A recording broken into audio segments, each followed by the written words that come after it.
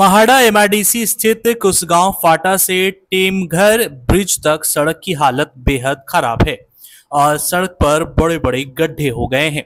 सड़क में गड्ढे या गड्ढों में सड़क भी दिखाई नहीं दे रही है। इस पर एमआईडीसी कंपनी के भारी वाहन खड़े रहते हैं, जिससे वाहन चालकों को वाहन चलाना मुश्किल हो गया है।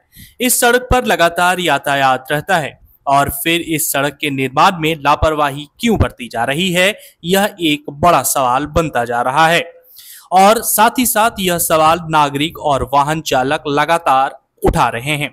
फिर भी एमआईडीसी के अधिकारी आंखें मूंदे हुए हैं।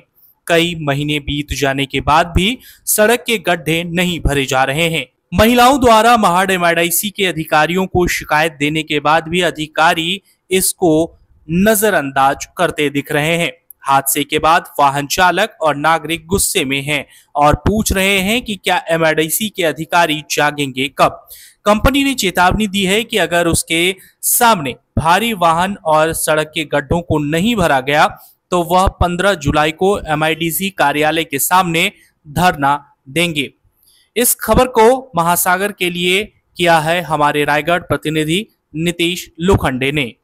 मी विलास रामदास सविनकर साकडी गावचा रहिवासी असून विक्रम चालक मालक संघटनेचा प्रतिनिधी म्हणून या कित्येक वर्ष या रस्त्यावरून चालत असताना हा रस्ता आहे तसाच आहे। रस्त्याला एवढे खड्डे पडलेत की जीवितहानी होण्याची शक्यता आहे आणि या रस्ता लागून गाड्या पार्किंग केल्या जातात, त्यामुळे जीवितहानी होण्याची शक्यता असल्याने त्याची हटवण्याची सुव्यवस्था करावी किंवा त्यांना दुसऱ्या ठिकाणी रॅक देऊन तिथं उभ्या कराव्या।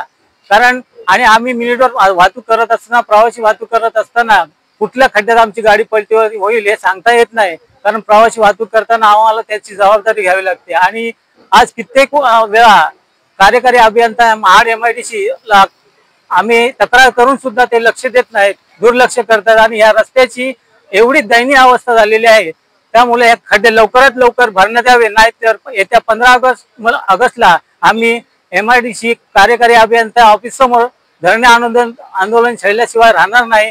टेमघर, कुसगाव आणि साकडी ग्रामस्थांच्या वतीने मी हे बाईट देतोय।